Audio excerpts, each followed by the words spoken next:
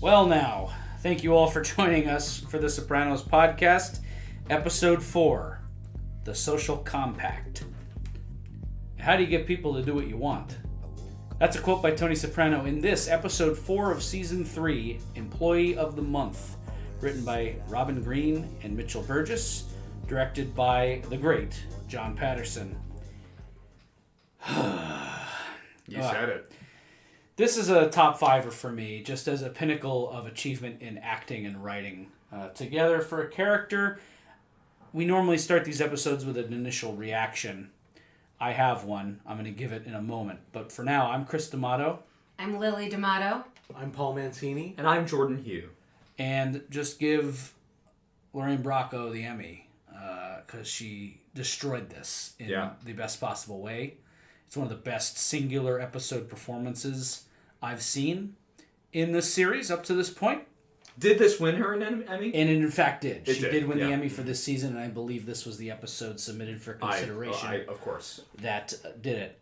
So this is, I think, not her only nomination, but I think this was her only win for the show, and earned every second of it. I don't put a ton of stock in award shows, but every so often they just happen to get one right, and they certainly did it here.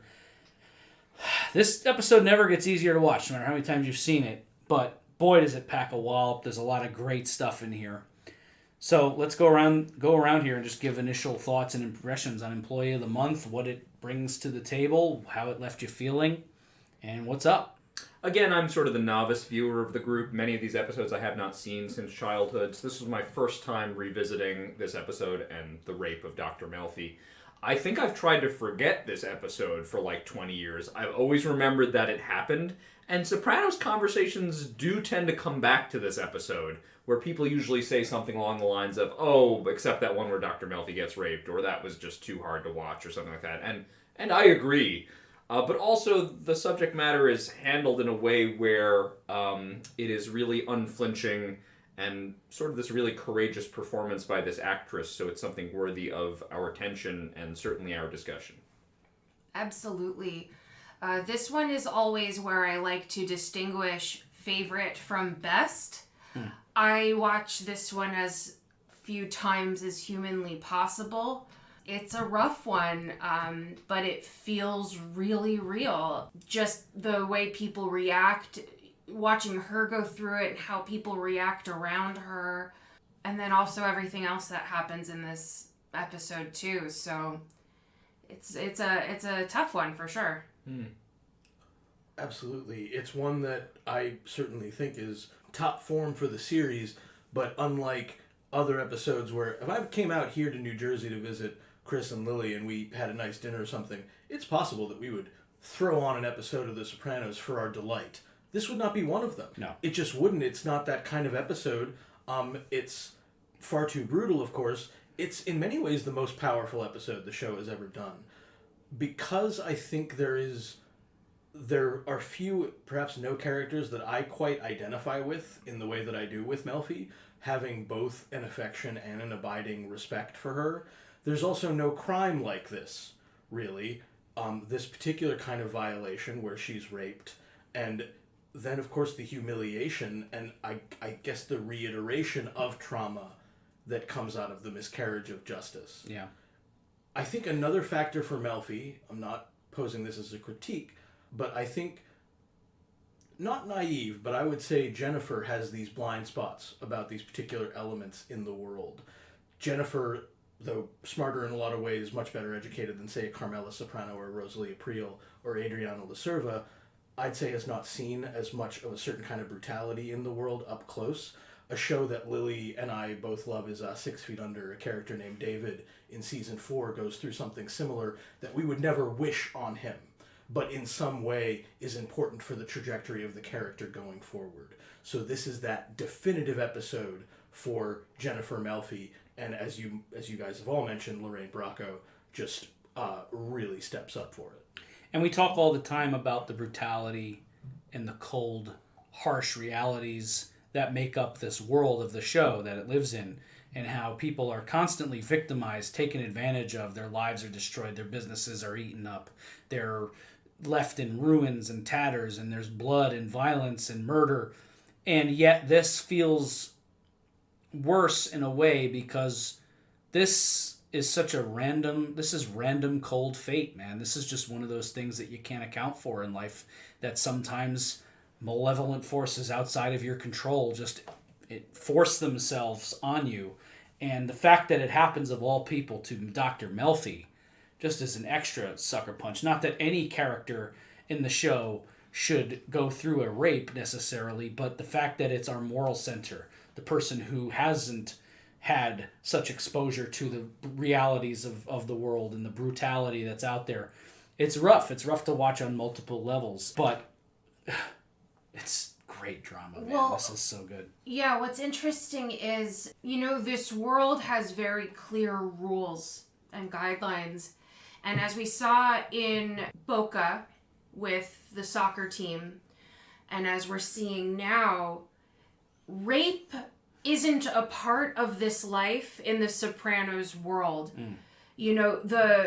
Sexually, there is consent or it's not okay, right? Yeah. Now, I'm not making a statement of the mob outside of the world, but it's made pretty clear that this entire operation believes that rape is wrong and wouldn't be doing it outside. There's a reason. Family. There's a reason that's a thing in life too. Sure, of course. I just didn't want to put a blanket I'm sure there are mob people in the past that have committed rape, of course, or human trafficking or that kind of thing.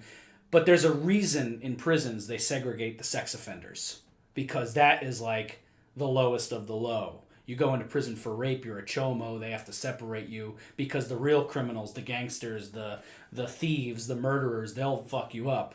You know what I mean? So this is like a base level of criminality that even these elements won't accept. So you're dead on about that. And there's also, there isn't a whole lot of random acts of violence. You get in bed with the mob and it doesn't go well, you'll be murdered. But Tony's not going out on the street murdering innocent people, right? Yeah. They're all fairly complicit in their decisions, in the life, in the schemes, right? Yep. Whereas this is a pure, and same with David and 6 Feet Under, these are pure random acts of violence.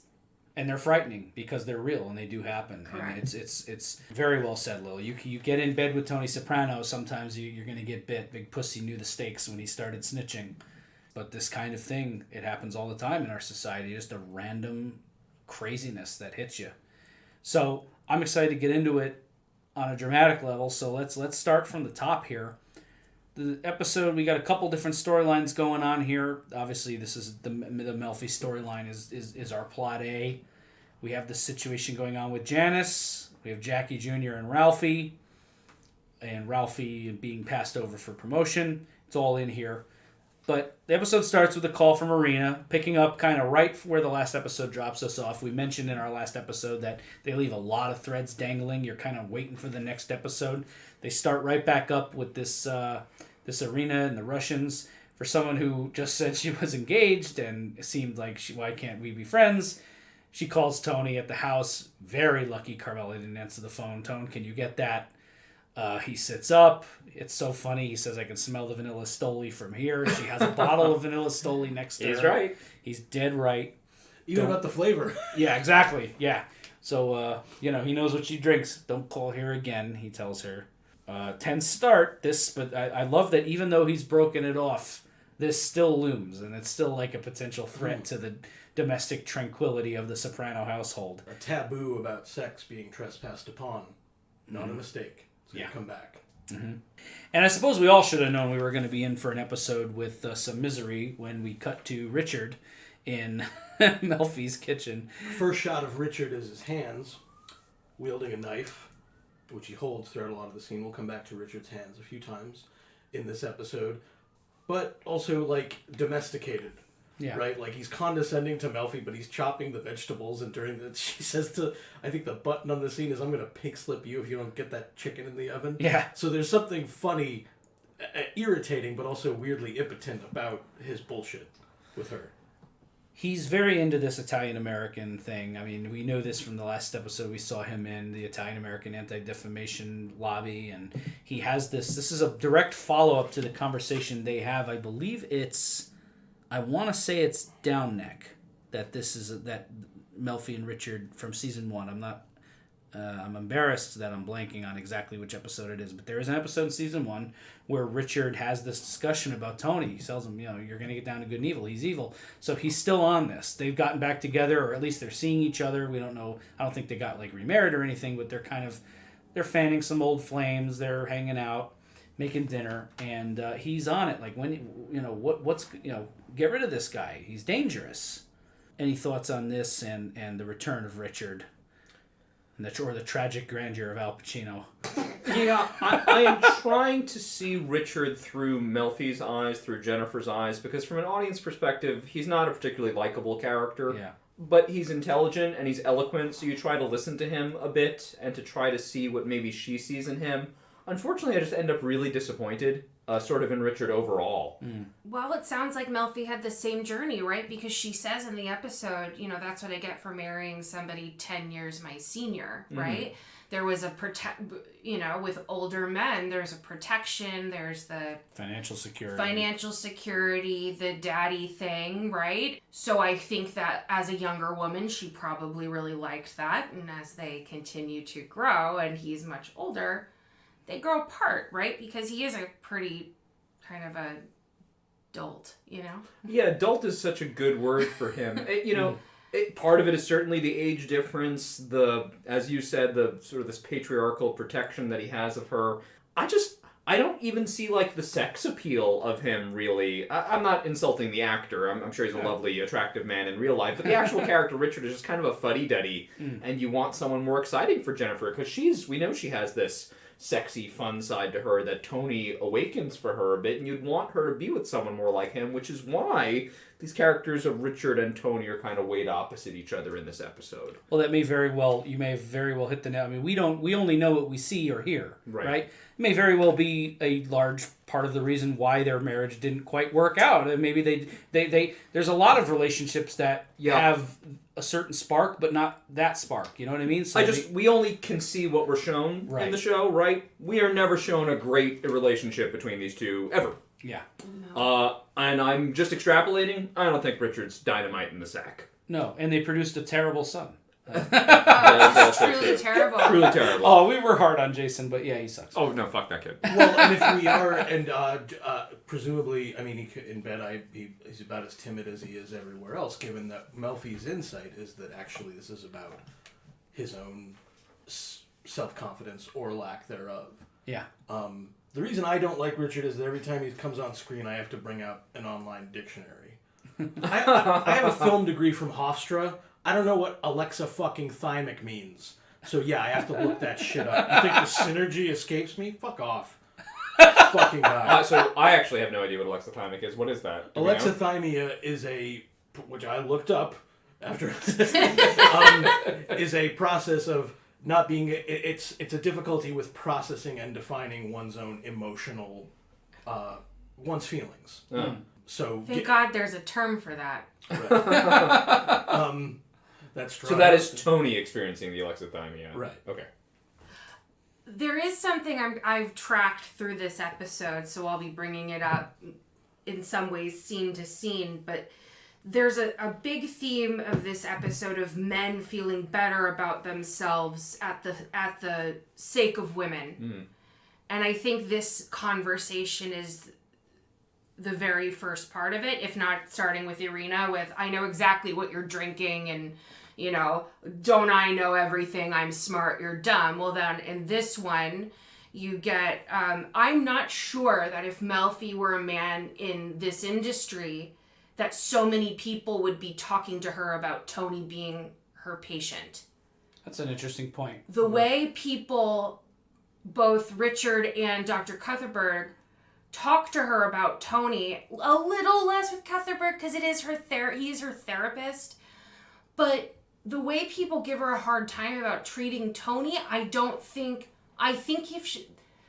speculating, but I think that if she were a man, it would be seen as kind of a noble challenge. But for her, it's dangerous. You shouldn't do it. It's not worth your time. When she's excellent at her job. Totally agree. Now, of course, there are actual scientific reasons why talk therapy isn't good for possible sociopaths, but I still don't think that would be such a concern among males. And so there's that's the first tracking of this. That's interesting. I hadn't considered that, but that makes a lot of sense. Well, there's a reason you guys brought me on for this one, right? That actually illuminates something that I felt was unfair later in the episode when Melfi is... It's like, I don't know, should you walk through a garage to get to your car? I was like, what? Doesn't a human being need to do that? But she's like, it's like, oh, well, no, you got to get somebody to go with you. You can't be walking around on your own. I'm like, this isn't... Paul, that's something women are told all the time. Yeah. Have somebody all go the with you. time. Be careful walking down the street. Don't go here at night. Don't do this. Don't wear that. Don't speak like this. Don't fuck this person. Right? Pardon my language. And so that seemed very normal. I can't tell you how many times I've been told things like that. Sure. Yeah, it's unfortunate. It's just, there's nothing else to say about that. It's terrible. But you're correct. And there's some good banter here. I like when she's like, condescend to me. It gets me so hot. Well, because there's nothing like being condescended to without a nice like rapport back. Right. Really shoving it in that person's face, you know? Mm-hmm. Then we get the next therapy scene. Jordan, you hit the nail on the head last episode. Tony is asked for his log, and he's like, my log?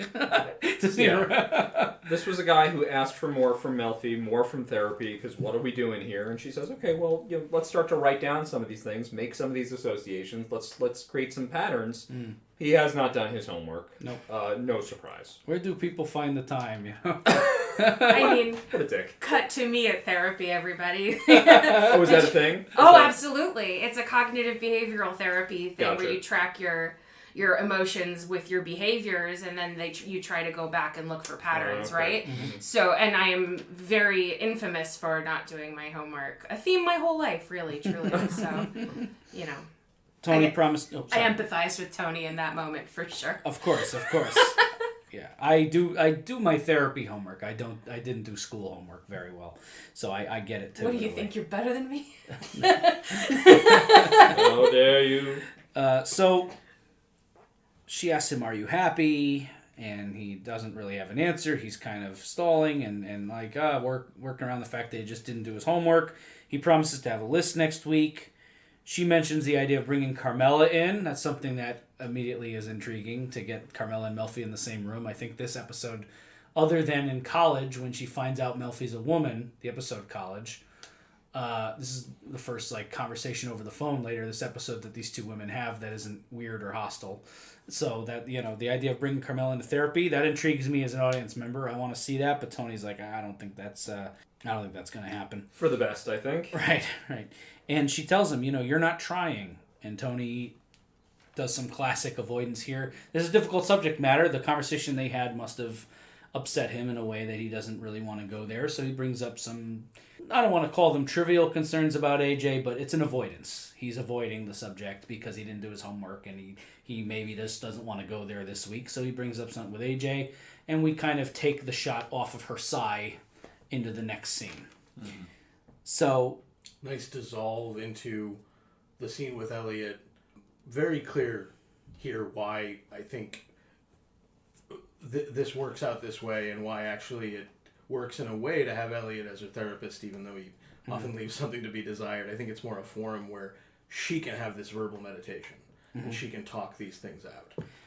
Interesting thing here, because we know that Elliot, in addition to Richard, also has kind of I would call extracurricular interest in Melfi's mystery mob patient. So she drops the name here. This is kind of, they left that's a big moment in the scene. She slips out Tony Soprano and stops herself. And he's kind of surprised by that. And he drops so if you were just some button man, you wouldn't be treating him. And she just line, please, Elliot, with the terminology already.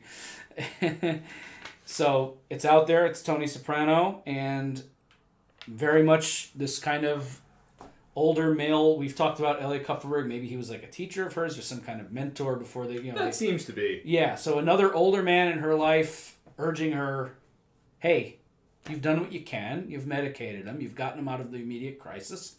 Send him on to a behaviorist. It's time. And so she's now getting this from the man in her life at the moment and from Elliot. So the pressure's on. And Tony is at the point where he's not, yes, it feels like this is right at this point in the therapy. What else can Melfi really achieve? Although they're on the cusp of something, but Tony's not doing the work. So things are kind of coming at her from all directions here. Cut to Janice with a fucking metal detector in the basement of the house. I'm shaking my head, listeners. Good Lord. And it feels like every Janice scene at this point is like you start with just a groan and a head shake. What has happened to Janice? Something she will wonder herself by the end of this episode.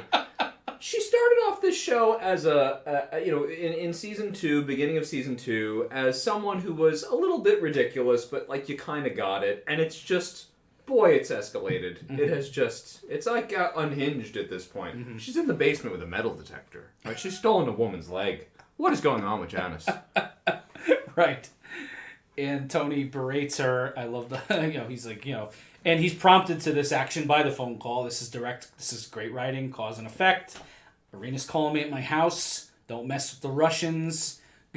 He mocks her. He calls her right out. Good luck finding the lost Dutchman's gold mine. Very funny.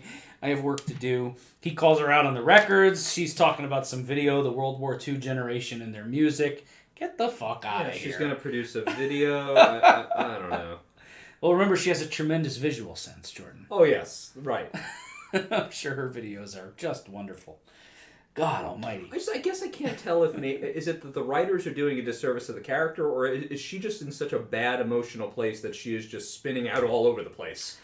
And it's all of her worst habits are coming together. I don't know. I don't know that I agree with you that, something's changed. I'm just wondering. Oh, you think this is always the case? She's done nothing but scrape for money and scam for money, and Svetlana calls her out on it, and Tony too. From about the very this. first time the leg is about the records because she's going to sell them. This isn't. Yeah. When we first meet her, she's on disability for the state of Washington for carpal tunnel. I mean, she's full of shit. Right. Yeah, so for me, this all kind of still seems par for the course. She's just less focused. Mm. I agree. Could I just frame it out in terms of this episode, just with the storylines happening here, and I'm going to use a big umbrella term, trauma, right? Okay, so certainly the much more serious trauma is what Melfi goes through. Janice gets beaten up, she gets a couple ribs broken, I think, maybe wrist gets busted, and she's been through this thing, but she brought it herself, and I really feel like, in a way, her non-realization is almost like the answer on the other end of what the hard-fought truth that Melfi finds. Where even Melfi discovering that she has a dark impulse is heroic in a way, because she can say, I understand it. Whereas everything, including Janice's forgiveness of Svetlana, is self-serving bullshit. So the realization and the non-realization is kind of the way I look at it in this episode. There's also a big theme in this episode of decision making for good versus evil, right? And we'll see that visually with the black and white motif going on in this episode. But you've got Janice going through decisions of good and evil, right? And where that gets her. It is evil to steal somebody's leg. I think that's certainly, especially for money you might get.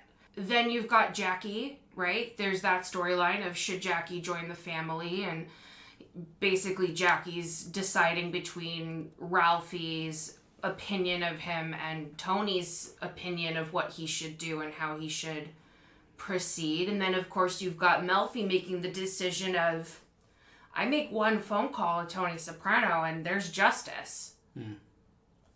And will she do that, right? So we're seeing this theme throughout the episode, and so they're all making decisions on a different level, as you mentioned, with the trauma. Absolutely. speaking of Jackie, you mentioned him. The next scene we get is Jackie and Ralphie at Vesuvio. They're having a bonding. This is a more kind of, I don't want to use the term loosely, but father-son kind of imagery here. He's dating Ro. They don't get along because Jackie's a prick. Ralphie probably doesn't really care much for Jackie either, but they're just kind of like, hey, maybe we should bond because we're in the same kind of family now. So I like that he calls them out like dating, and Ralphie's like, don't get fucking filthy about it. And they don't really get anywhere. It's kind of like they're not gonna bond. It's not going well. It's awkward. Ralphie doesn't know how to reach him. He's utterly disinterested in this dinner with Ralphie. So I don't know if it's necessarily strategic on Ralphie's part or if it just kind of happens this way, but they bond. In the next scene, I wrote, this is the only way to bond with this little asshole. Ralphie takes him along on a stop. It's some kind of dispute over the routes, the garbage routes, and this guy's not paying Ralphie a user fee for these stops, and he insults him, roughs him up, and the guy pulls out a bat, and then Ralphie and Jackie rough him up, right, and he's showing him the ropes. This is like a tutor and pupil scene. He's hit it right in the breadbasket. Introduce him to his desk. Good kid. He pulls out the money. This is the first smile we see on Jackie in a little bit. So thoughts on this sequence, Ralph and Jackie's relationship. This is probably the most of Ralphie we've seen so far. So let's talk about it. I say this with some regret. I like Ralph in this sequence. Yeah. Well, this is part of the problem with Ralph, right? It's actually, he's quite charming and quite fun and quite funny. Yes. But there's something very unsettling about the character, and it's perfectly cast. Because Joe Pantoliano has this cuteness to him. But Ralphie isn't cute. He's actually very sinister. And it's always right below the surface of what is going on. So this tutoring session, which you really nicely put it, that is what it is. I'm showing you just the bare basics of being a gangster, a collection agent, right? And these are the kinds of things you can do, and hey, this is pretty fun, right? He's found the thing that's going to spark this kid. Ralph is also positioning himself, I guess we don't know deliberately yet, and I can't say too much, but like, I am dating, I'm romantically seeing the wife of the deceased boss of this family. I am now in a position where I could mentor the son. There's some wheels turning here, and Ralph is a schemer. Yes. And he is much more intelligent than Richie Aprile. Well, we're learning things about him. He's much smarter than Richie. He's a smart guy. We find out a couple scenes later. We'll talk in specifics when we get there, but he's a good earner. He's one of the best earners Tony's got. And even though we didn't see him as a physical presence in the second season, we have to imagine, we have to extrapolate that Ralphie was able to watch what went wrong with Richie and might be able to say, I might be able to do some things where he couldn't, right? And he's certainly filling that slot for us in this season, at least in terms of the entity in the narrative. Well said. I am also a fan of Ralphie, and I kind of almost see him at this point as a sort of a very, like a sinister clown almost. He's got something kind of clownish, but he's also well-dressed and well-coiffed, but he's got a real kind of odd smile to him. He's definitely someone to watch as we go forward. He's fucking obsessed with Gladiator. The other thing, there's a couple things about this whole. The whole sequence is great. Their dinner is really funny. The gym, And then he takes them. They bond over the violence, as you said. Ralphie uses a sexual taboo to provoke the guy. Yeah. Not an accident. Yep. None of this is an accident. This is another thing we're seeing in this episode. Lily already mentioned Boca, which is the spiritual cousin to this episode. And there's a huge difference here, which is that the gangsters know nothing about this particular violation, that someone close to home has been hurt in this way and we should exact vengeance. So unlike Boca, where they're musing on how this guy's a scumbag and he deserves our outlaw justice, what we're seeing here is the gangsters doing what they more normally do. Collections. This guy's holding out on me, I'm going to beat him up. We're exploiting public works projects. We're corrupting today's youth. It's that juxtaposition. And the imagined image of what a gangster is something different. Melfi comes to it later on. It might be more like what Ralphie wants to think of them as, like gladiators, but that's not really what they do day to day. What they do day to day is exploit people, use people. Amen, brother. New character alert. I always make a little star on my sheet when we get to a new character. Ginny Sack. I love Ginny Sack. That hair, the look, she's so the real perfect. McCoy. She's her. she's the authentic article, folks. That is a Jersey housewife. So we meet her. This is Johnny Sack's wife, and we find out that Johnny has moved to Jersey. Little Sopranos geography. They don't quite articulate this in the show, but not only has John moved to Jersey, which gives Tony reason to say, "Wait a minute, what is this?" I mean, we're friendly, but this is my territory, And Johnny has to assure him in the great room that hey, there's our family and there's the Soprano family. I have no intention of stepping in. I'm just living here. The schools, Ginny's cousins, her sisters, whatever. So Tony has reason to pause here. But not only did Johnny move to Jersey, but his house is 7 minutes from Tony's. By the way, it's in his fucking backyard. It's not even in Jersey. It's right in his neighborhood. So that's something to consider. It's arguably a nicer house than Tony's. Certainly sits in better property. On better property. Mm-hmm. Up to this point in the show's chronology, functionally, hasn't Johnny Sack always been in Tony's corner fundamentally? Like, he's usually helping Tony with something. And here it's all still very polite, but Tony is tense about it. Yeah. You should have fucking told me. I would be tense too. I actually think Tony's completely in his rights here. Mm-hmm. This is very suspicious. Yeah, something's happening. Yep. Yeah, absolutely. And these guys have... Thus far, it's been like Johnny Sack will pop in once or twice a season. He's very cool with Tony, usually very helpful and pragmatic. They have you get a sense they have a good relationship, a good professional, maybe it's a little personal. These guys seem like they get along. But yes, this is odd, and this is definitely a breach in the culture that an underboss of another family moves into your area. Right, and the thing that Tony is stuck on is totally what I would be stuck on, which is just like, we're friends. You could have called me and been like, hey, I'm moving to Jersey. I hope that's not weird. Not that the first time we would discuss it is when you're seeing my house. Yeah. Right. Yep. I just sidebar the line, great room. I don't see what's so great about it. Anytime, any mention of a great room, Chris D'Amato says exactly that line. Without fail. And now me too. Yep. So... there it is. So yeah, Tony takes it in. You're going to show me the rest of this shithole. Very funny line. It's a gorgeous house. And then we get to this meeting with Ralphie. This is kind of what Ralphie's been waiting for, even though he doesn't know it and doesn't like the outcome. But first of all, we find out a little about him. He's got a sense of humor. He tells a joke, makes Furio laugh. The joke doesn't translate. You can use it on your paisans. Again, very charming, very kind of outgoing, and seems like a guy that, for just roughing up somebody, he's oddly likable too. And he sits down, again, well-dressed. He's got like turtleneck, a nice jacket, a little handkerchief in there. He's looking good. And Tony, another little info they drop, I want to put a button in it, but just something to know about this guy. He has a previous marriage and a kid named Justin. Mm-hmm. Just something to remember, that he had a first marriage and he has a son. And Tony tells him that he's making Gigi captain of the crew. He's basically putting in his guy Gigi as head of the April crew to replace the now gone Richie.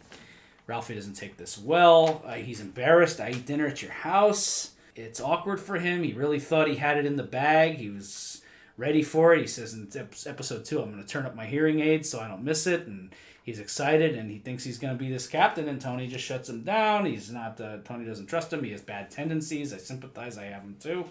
But bottom line is, Ralphie's been kind of putting in the groundwork for this job, and now he doesn't have it. Mm-hmm. So...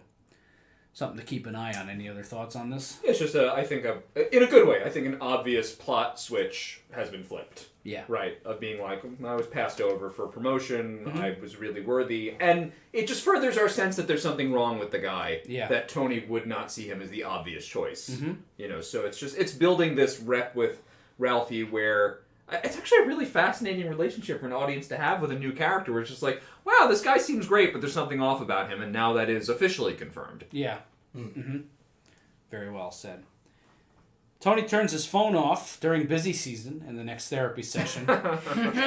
And she tells him about behavior modification therapy. And Tony has, he seems to have this reaction of...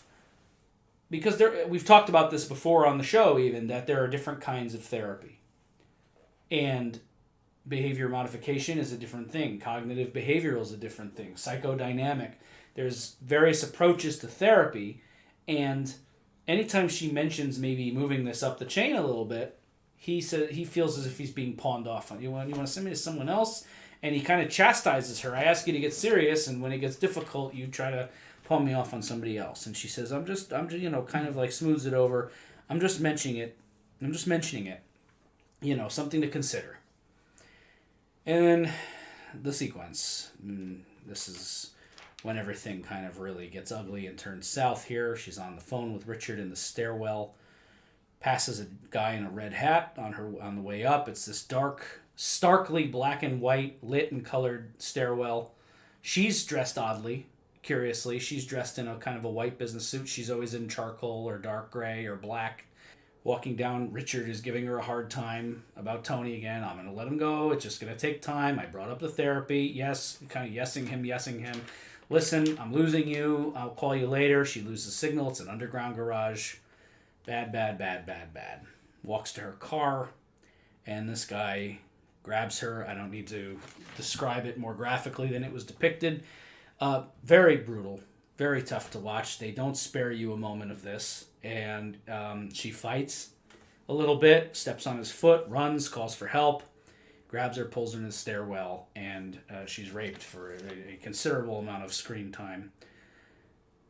Well acted, obviously. I mean, well shot. It's brutal. It's difficult. And we get her in the hospital post-rape, and her knee is very busted up, and Richards comes in. So let's break it down. Let's talk about this and how it was portrayed and dip into the aftermath. I'll just briefly say that we've all seen enough of The Sopranos to know that, much like the filmmaker we were discussing a few minutes ago, Tarantino, there's sometimes an ironic quality, often a funny quality, to elements, including even murder. Very good that they steered way clear of that. Nothing like that. This is shot pretty simply. Mm-hmm. It's shot fairly close up through the bars on the steel stairs. Really felt suffocating, as does what they call the high stupid shot, with the high angle of her terribly exposed on the stairs afterwards. And to me, emblematic of Melfi is her seated in the office with her legs crossed. Yeah. And when she, in her shock and shame, is pushing her knees together, it's still pretty shocking to behold. What do we make of the choice? And this is not a criticism. I just want to put it out there for discussion to show the whole thing, because I'm sure there had to have been somebody out there that felt like this was gratuitous at the time. Is it gratuitous? They could have cut as it was started, and we would have gotten the point, right? So but they really linger on it. They show the whole thing. They get some very simple but very effective angles. We see that high stupid shot of her. It's very powerful. It's painful. And then we cut to her in the hospital. So what do we make of the choice? Well, the word gratuitous, for a critic to look at the scene and say that it is gratuitous, would have to mean for me that critic believes that, at least in part, the purpose of the scene was to titillate in some way. There's been a lot of criticism, especially more recently with shows like Game of Thrones and things like that, where rape is used as a plot point.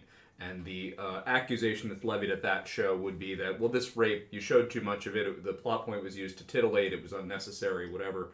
I don't find the scene gratuitous. It is long and it's uncomfortable and disgusting, but that is what creates the realism in it, and that is what generates the horror. Yeah. Right. That the encounter feels so real.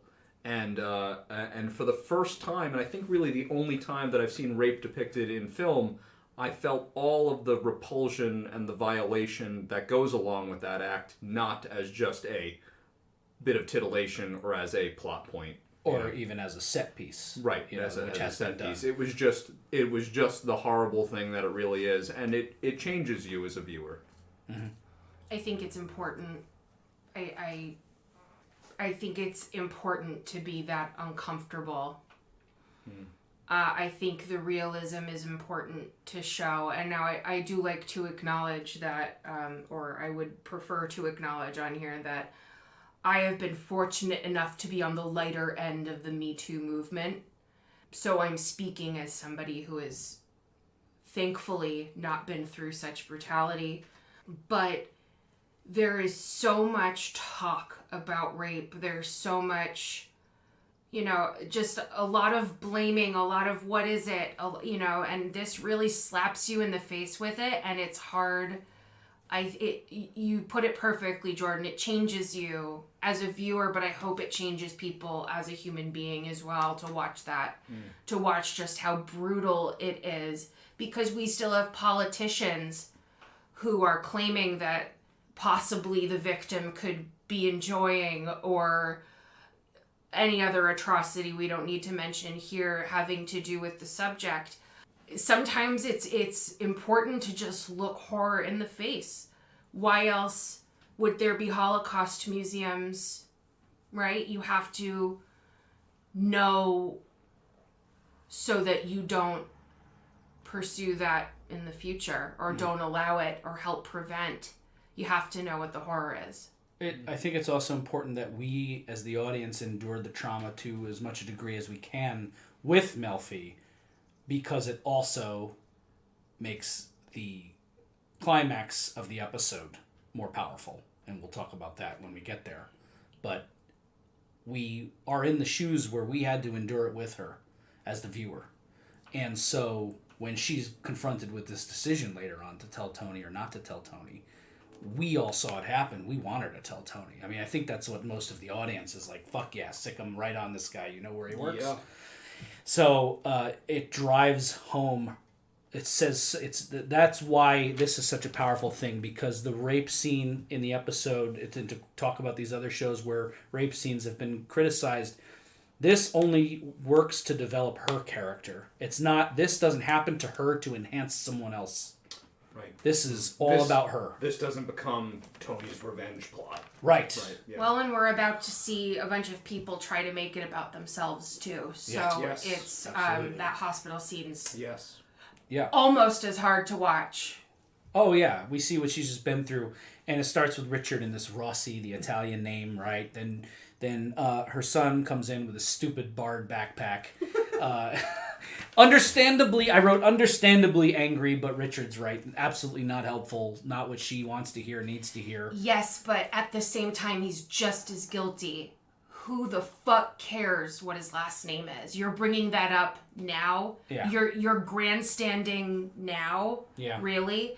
And this is what happens is, you feel so horrible for the victim, possibly your wife, your mother, someone very close to you, and you're feeling trauma as well, but none of them are actually honoring her trauma, right? In that moment, I found the act from both of them disgusting, both well-meaning. And understandable. If someone hurt my mother like that, I'd be fucking furious too. I'd want to kill the guy. And I would urge you not to do that in the room with her. Of course, right? Right, yes. It doesn't, none of it helps. And that's what I mean by the scene being almost as difficult as watching the rape itself, is watching these two men try to take control over a situation that they can't take control over. Yeah. I remember watching this scene, being pretty grateful at the moment anyway, that these two women were in there, one of them maybe a nurse practitioner, the other one the detective, both taking on a sort of Melfi-esque gentleness. With the gentleness that now Jennifer needs in this moment. And then Richard comes in, the thing with the Italian name, the kid comes in, he's howling at the moon, and they both sort of, particularly Richard, they admonish the kid like, your mother doesn't need this right now. But by the end of the episode, both Richard and Jennifer will actually understand that feeling of impotent rage, because sooner or later, the question of justice is going to fall out completely. And then everybody's going to think that the animals out there are winning. Yeah. So they do it in a very appropriate way, because the humor is always grounded in reality. But there's a couple laughs in the next scene to give the audience a little bit of a break, where Melfi's calling to cancel her appointments. She calls Carmela. The story is a car accident. That's what she's telling her patients. Richard's there in the room. Must be some marriage. Tony in the background. Who ate the last piece of cake? Again, grounded in real things that are happening. And so Tony's upset about that. I also think it's hilarious that The options in the fridge at that time were the last piece of cake that someone ate, and that's not there, so he has to grab celery. Is there a less satisfying food to eat when you want cake than a celery stalk? So he's just kind of crunching on that. Carmela seems a little, just kind of dreary, average day. And he's talking about her. He gives him that whole spiel about the knee and scars on the knee. They never heal right. Ask Joe Namath. Carmela says, no thanks, I think. Is that what she says to that? Very funny. We see Melfi making a call after this. Paul and I think this is one of our favorite lines in the whole show, just because it's so fucking funny. What is it? Hello, Kate. I know talking on the phone upsets you, but I have to cancel our next appointment.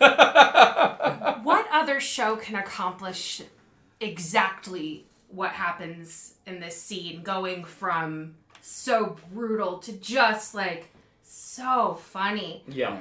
No one. Yeah. No one has accomplished this. You get some funny bits in Breaking Bad, but after a while it gets really truly just serious, right?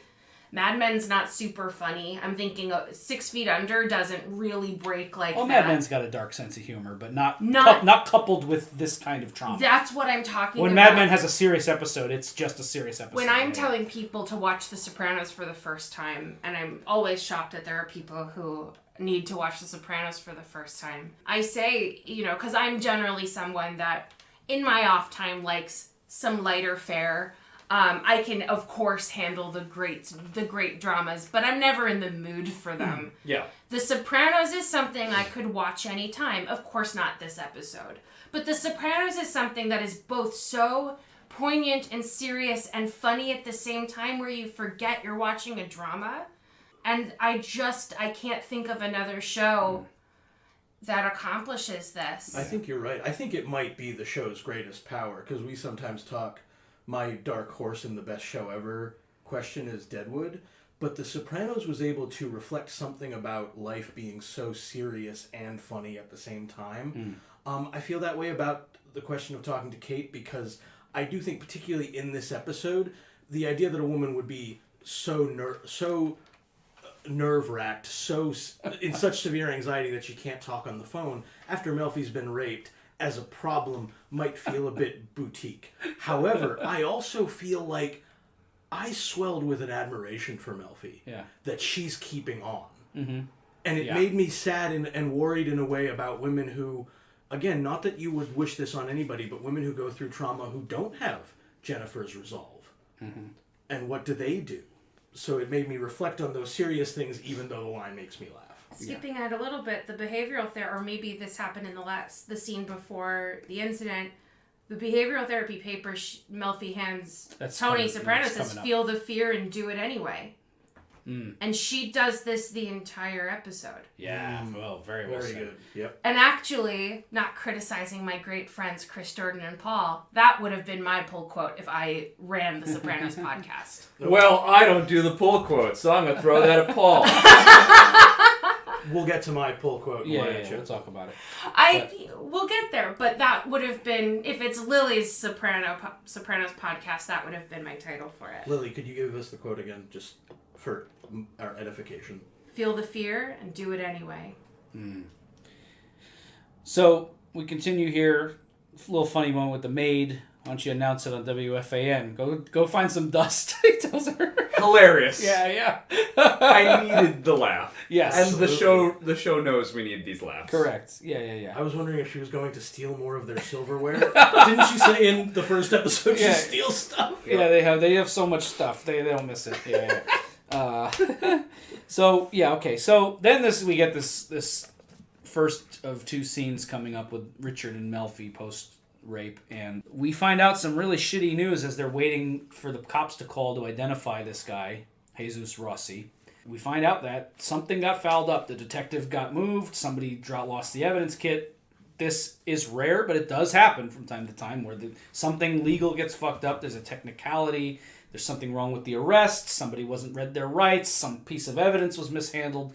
And unfortunately, fortunately, in the grander sense, it's good that we tend to err on the side of innocent over proven guilty, but we're in the position of knowing who this guy is and being in the thick of it. So this is a very unfortunate bit of business. We find out the cops fucked this up royally, and he's out.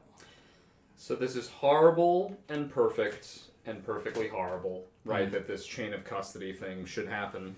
And much like in Boca, where Coach Hauser can't really be dealt with the typical way and requires like a special brand of justice, it kind of opens the door for being like, well, who can deal with this?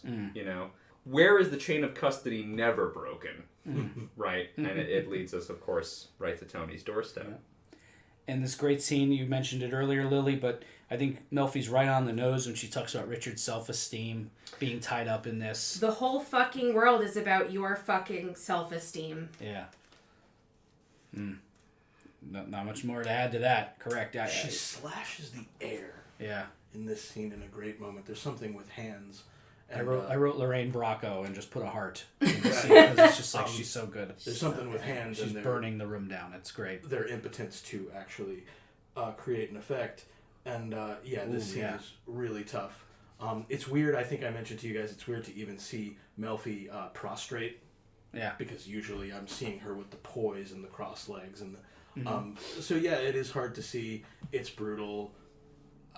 I think as Jordan said, it's perfectly horrible, and much like the trauma of the rape itself, it's furthering this humiliation and pushing Melfi to the point where when I first watched this, I don't know if I thought she was going to tell him, but certainly I wanted her to. So, yeah. We all want that. Yeah, that's our first thought when you find out we're onto the. I bet most of the audience is onto the idea before even Melfi considers it and realizes it from her dream. Like when we find out the chain of custody's fouled up, I bet most of the people in the audience are like, "Oh, go tell Tony. This isn't a problem. This is great." I even had the thought watching the episode because I'd sort of forgotten. I was like, maybe he'll find out incidentally, right? It doesn't happen, but it's you want it to. And he does other times. He finds like her car trouble, and he fixes the car. He can't find out about this one. He stopped stalking her now. Like, come on. Yeah. Well, I think after what happened with them in season 1, he does respect her boundaries a little more. Absolutely. But this is a moment where you really wish he wouldn't. Right. So we get this little scene in the back of the Bing. Again, not very... there's a lot of violence, and even... I'm not equating what's happening here to violence necessarily, but they're not speaking very kindly about Ginny Sack in the back of the Bing. And here's where we track another... It's all part of it. Men feeling better about themselves at the sake of women. Yeah. Some very heavy men in this room, by the way, commenting on Ginny's weight. Tony's no spry, skinny fella. He's a very husky, burly guy. None of them are in, like, I would say, tip-top shape, right? Like, Gigi looks pretty stocky, but, Sure. But I know right, but what I'm saying is, none like, of them Silvio isn't going to go into a bodybuilding Yeah, none of them are contest. going to be in Mr. Universe. Yeah. Furio's the closest. And he likes Furio, a woman that you can grab onto. Yeah, Furio. And Furio's on the right side here, right? Yeah. So that dude can get it. Yeah. Allow me to fan myself. I'm going to fan myself. Well, it is actually just hot in here. That's not but nothing also to do Furio. with Furio Junta. But they're making these jokes that are, they're funny, typical fat jokes that we've all heard in some manner. There's been there's jokes like this. Someone's so fat. Someone's so fat. It's a classic genre of joke, and they're all just going back and forth, making each other laugh. And as Gigi's saying, two guys could fuck at the same time and still never meet. In comes one of Tony's fears realized. Just wanders right into the Bing. Who? What? They are able to write it off as, it's just one of the girls. They're a strip club, thankfully. And Johnny directs their attention to the television. There's a riverfront esplanade project. We're going to put a pin in this for future story purposes, but they're all kind of like, we saw Tony talking with the assemblyman who's setting this up a couple episodes big ago. Potential for a lot of money for them. Yeah, a lot of contracts here. Yep. State Shot money. of some ducks by the Newark waterfront. Oh, good catch. There's going to be a museum of science and trucking. Yeah. Yep. Right over the Passaic River there. So good for Zellman. Paulie mentions he's worth every cent of his cut, and they kind of clink glasses. This is going to make a lot of money for the people in this room. So good for all of them. we get this scene with Melfi and Richard. He kind of apologizes and he expresses his feeling kind of impotent and helpless to do anything here. And we get that, so as you keep mentioning, this motif of hands, idle hands, impotent hands, unharmful hands. Right. Clenched in, we get these... The camera wants you to see these. I mean, he's like clenching his shot dedicated to it. Yeah, exactly. He clenches them, unclenches them, they sort of fall flat, cut right to Tony wielding an axe right above our head. Yep. Yeah, exactly. Yeah, he can do something about it. Absolutely. So yeah, the Richard show is peppering this in. And for the first time since episode 1, we're in episode 4 now in a 13-episode season. We're at that's about a little beat before the one quarter mark, and this is the first time the FBI is getting even anything remotely close to relevant to criminal activity conversation in the basement. The wiretap. He pulls Chris down there. They're talking about Jackie. Tony's admonishing him about involving Jackie in that job in the previous episode. They call him, Chris is a little like, oh, so the life's good enough for me, but not little Lord Fuck Pants. And Tony's... I'm not sure that is a moniker. Right, yeah. I love that the FBI is just so inept. They're trying to figure out what that means. Jackie did fuck up his pants during the job. Yeah, he pissed himself. Yeah. Yep. Which, again, this is something we've seen on The Sopranos. I'm not sure I've seen it anywhere else, but it must be a thing. Sean would shit on the job. When they would go cracking safes in season 2, he'd take a dump. Jackie pissing himself in the car. I can almost get that one. I guess it's an adrenaline thing. Yeah. Right? Yeah. Like Tony, I think it's also a sign that, like Tony says to Chris, he's not suited to it. And yeah, I don't think he is suited to it. He's got an attitude. He's got a chip on his shoulder. But he's pissing himself as a getaway man. I mean, what's going to happen if he has to do something even more dangerous? Sure. So... Melfi has her first day back. That shot where she's looking at the stairs on her first day back with the cane, brutal shot. Mm-hmm. Just awful. She has to slowly, step by step, climb right over it to get into the office. Wearing all black with a white scarf. Yep. Mm-hmm. Yep. And she gets in there. That's when she mentions these. She gives them these brochures. The title leaves something to be desired. And the cane falls. It startles her. Oof. Oh, brutal, heartbreaking moment there. Maybe you came back to work too soon. She mentions again the behavioral therapy. Tony gives the spiel about that's what's wrong with the world. You're minding your own business. Some fucking asshole crashes into you. No fucking kidding. Yeah, he doesn't know how right he is. And they have this philosophical debate. It's again, like you said, it's the spiritual cousin to Boca. It's a continuation of that discussion. What do you do? Tony's like, well, you direct your anger to people who deserve it. And Melfi says, and then what? Lose control. This is why you're having anxiety attack. She basically implies. But we can see what's interesting about this go around is we can see her struggling with it. This is the first time she's given him the business. This time she's almost convincing herself of this, right? That's why this is different. Then Tony asks, how do you get people to do what you want? That's our pull quote for the episode. Did you want to talk about? Let's talk about this scene, that quote, and how this all is shaping up. Melfi's first day back on the job. Well, this is a central scene where Tony's getting a bit frustrated, and she's, as you mentioned, Chris, obviously struggling with the heat of all this and coming back to work. And it's a nice cut, as often is the case when they cut at the end of a Sopranos scene on a question, because it's a different way to build tension. I chose the quote for a couple of reasons. One is that it's an insight into Tony's insights and what he thinks about therapy and what his associations are and what that will mean, because ostensibly we're still in this show to see if Tony can get better and if Melfi can really help him. So the questions that he's asking are going to be part of that. The other answer is that the question is, and how do you get people to do what you want? And one of the answers is force. That's thematically very important here. Well said, buddy. Yeah. So then we get this scene at the Soprano house. Jackie's there. He starts talking business. I heard you pass Ralphie over. Tony immediately, like, that's none of your fucking concern. Meadows shows up. Both of them kind of beam up at each other. Meadows seems very happy to see Jackie. Hey, Jackie. Big smile, hug. She's still doing her laundry here. Well, not a hug, a kiss on the cheek. Kiss on the cheek. There you go. Very, very well. Thank you. Thank you for correcting me. Important. Big difference. No, you're correct. She, even though she's here doing their laundry and accepts the free brajol delivery, she's looking forward to total independence after you give me $200 more. So everybody's a piece of shit in this Meadow, Noah, Tony situation. Everybody just sucks. And they kind of fight about it. That cut, I have to laugh. That little shot we get of Jackie reacting when Tony's talking about her and Noah on the couch, snuggled up with his shoes off, and she just kind of gives him this very snide, African Americans go to Columbia, Dad. Some of them are my friends, and he walks off, and Jackie says this line. I have to laugh. Don't worry, Tony. I won't tell anyone about the Moulignon. Oh my God. Tony's like, get out of here. I'll see you later. This is a mess of Tony's own making. Yes. Absolutely, 100%.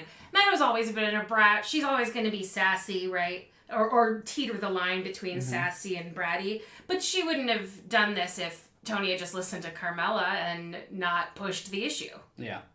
And Tony continues to double down on this Noah thing, and she's going to keep hanging out with that annoying person, at least for the rest of this episode.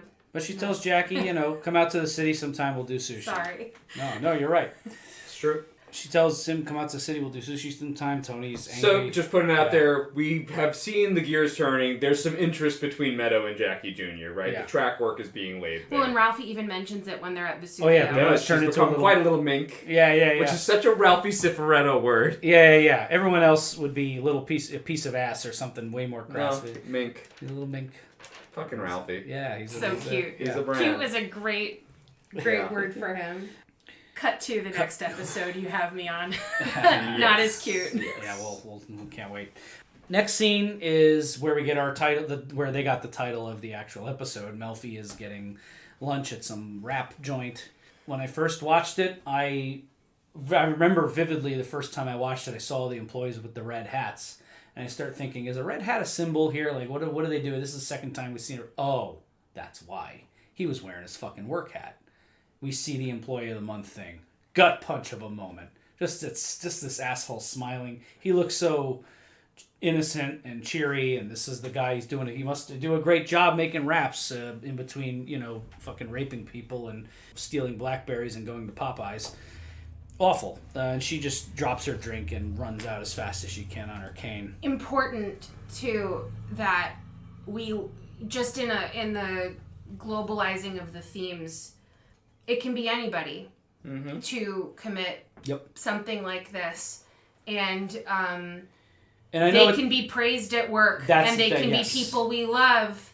And we've seen that, and we've all been kind of forced to ask ourselves questions as the Me Too movement has really unmasked some pretty terrible people. Can you imagine? I mean, this is... We see conversation about this all the time. What effect it must have on a woman who's been raped or assaulted or even abused in some way.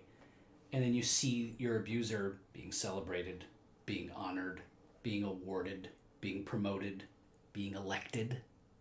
It's got to be rough. Justice Kavanaugh? Yeah.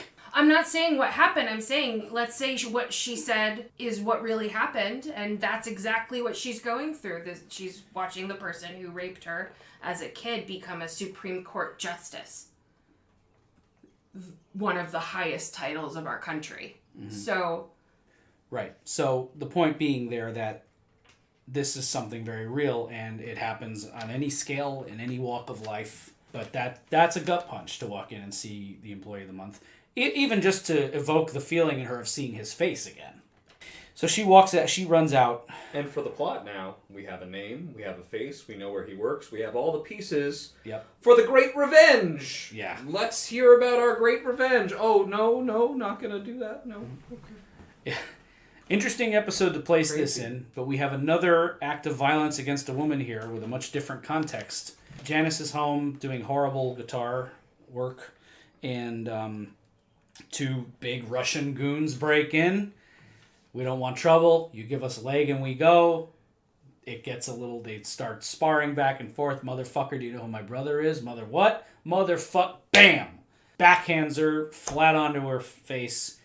We find out in another scene or two. Yeah, presumably there was more violence after that. Yeah, supposedly she has the big mark on her face and a couple broken ribs, which not an insignificant injury. Broken ribs are some of the most painful shit you can have. To breathe. Yeah. Next cut is her at a bowling alley locker she must have rented out to store the leg. How can you people be so callous? Fuck you, you are callous. Love that line. What do we make of this? And its interesting placement in an episode about violence against women. Because I can't lie, it's weird in an episode where a beloved character gets raped and is the victim of a horrible act of violence. That part of me is like, oh man, Janice got slapped, all right. Well, I think that there's something to be said about what it means to be a victim and what it is to make your bed and lie in it. Mm-hmm.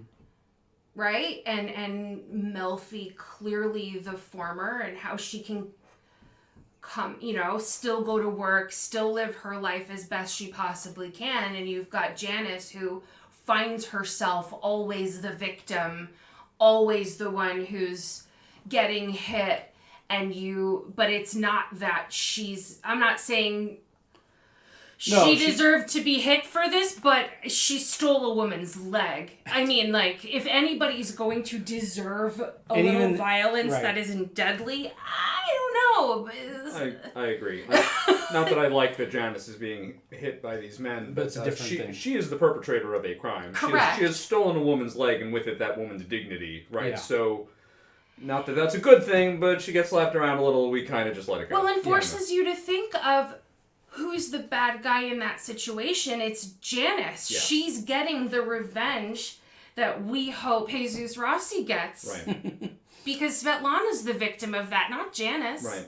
And by the way, when Janice is in the hospital later, when Tony comes to see her, he actually makes mention, I now have to answer this. Yeah. Right? Because you're my sister, you got slapped around, so actually, further revenge will have to... This is a cycle. Yeah. Right? He's going to have to come back against the Russians again for hitting her. Yeah.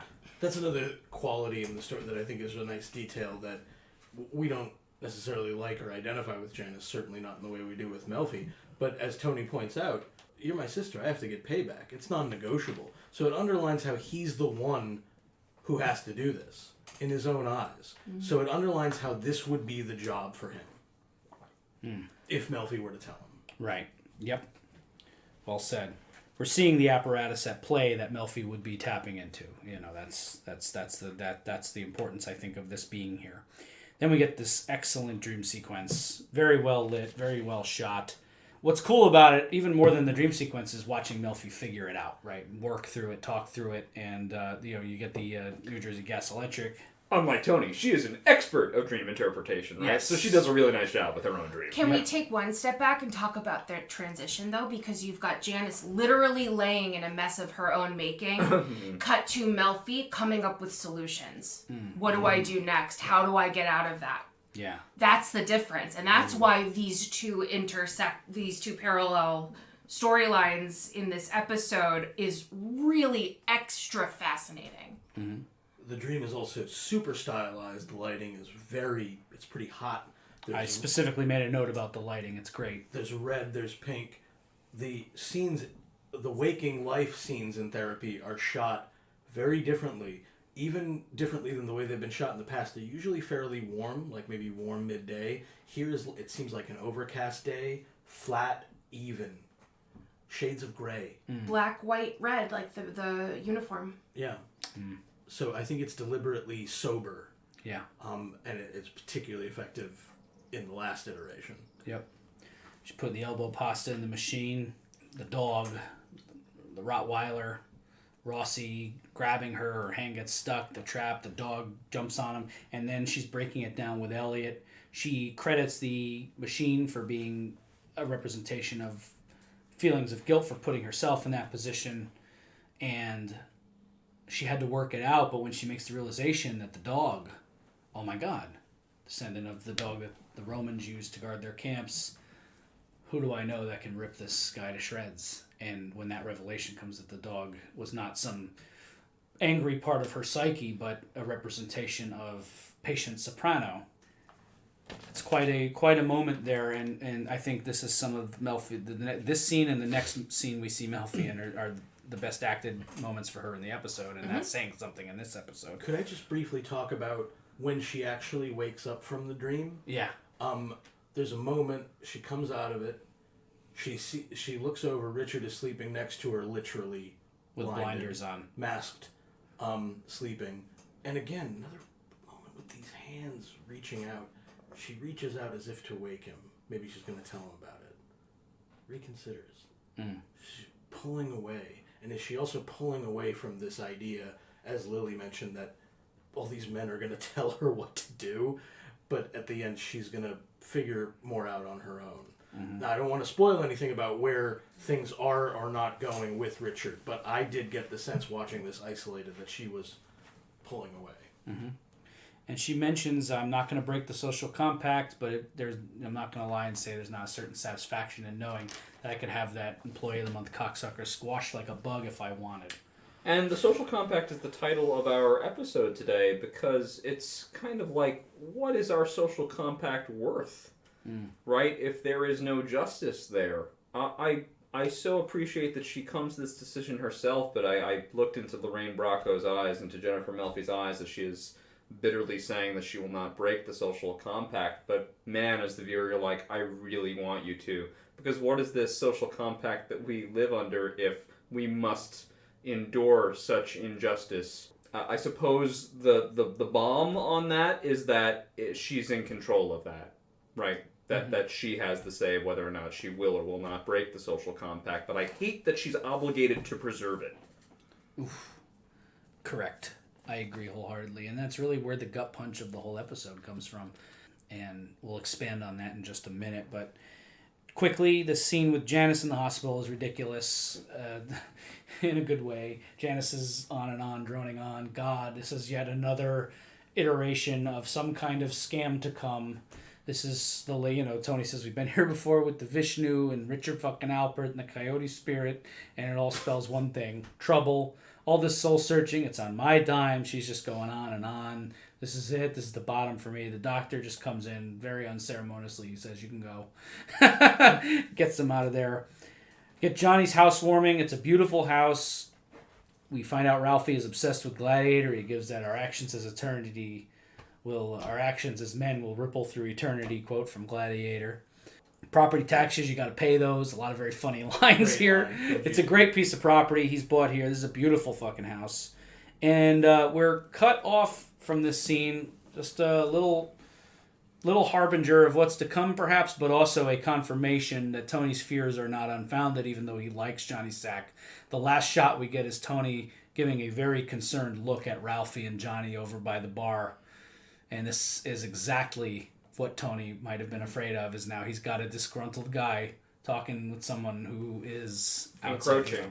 Exactly. Great storytelling. You don't need much. There's no dialogue there. It's just that look, and Just we a know glance. there's something. We're pointing to something here, and it's moving forward. This is now a series of runners, storylines that are going to keep going. Stuff with Meadow, stuff with Jackie Jr., problems with an employee, Ralphie, and this question of Johnny Sack. And then we get this last scene. Melfi's without her cane. Tony brought a notebook. He made his list. It's actually kind of sweet and touching that he felt moved. I think probably more out of care for her than actual interest in doing the work. He felt like he was doing it for her probably. And he's considering going to the behaviorist. And she in a abrupt turn says no. She's going to honor the social compact, as she says, and I think you so beautifully worded it, Jordan, that it's a shame that she has to, and we want her to. But she takes her power from this because she could, and she makes the decision, and I think that's ultimately the point, is that she's able to make the decision herself to not do this. Now, she still wants her guard dog there. There's a certain comfort. She wants that comfort of knowing it's an option, which I think makes it very interesting. She doesn't let him go. She's suddenly, no, on the behaviorist. She doesn't want to send him away. She breaks down crying. She opens her mouth. It's almost out there. Such good acting here. God, Lorraine Bracco. Fuck. And she almost spills it. She starts crying. Tony runs over, very protective. This is a very touching moment. She tells him to sit back down, Yeah. very dog-like, Yes. by the way. Go, yeah. Go, Yeah, sit, exactly. sit, Yes, sit. exactly. He says, there's something you want to say, and we get this heartbreaking shot of her face as she's going through all the machinations in her head and very resolutely says no. Cut to black. Gets me every time. I'm emotional thinking about it. But you know what? She's the strongest character in the show. She's tougher than all of these men that tried to speak for her or could have done something about this, because she made a decision that even us as the audience may not have made in her shoes. Yeah, she fights for her soul and she wins. And that's why, going back to our conversation earlier, I think it was important to show the rape in its totality and its brutality, because this is about her. This is about who Melfi is at her core. And when the chips are down, it's been very easy to take a moral position as the doctor who's been sheltered from the evils of the world to an extent compared to the other characters in the show. But when the chips are down and the brutality is inflicted on her, one of the worst things that can happen to a human being, she still holds strong.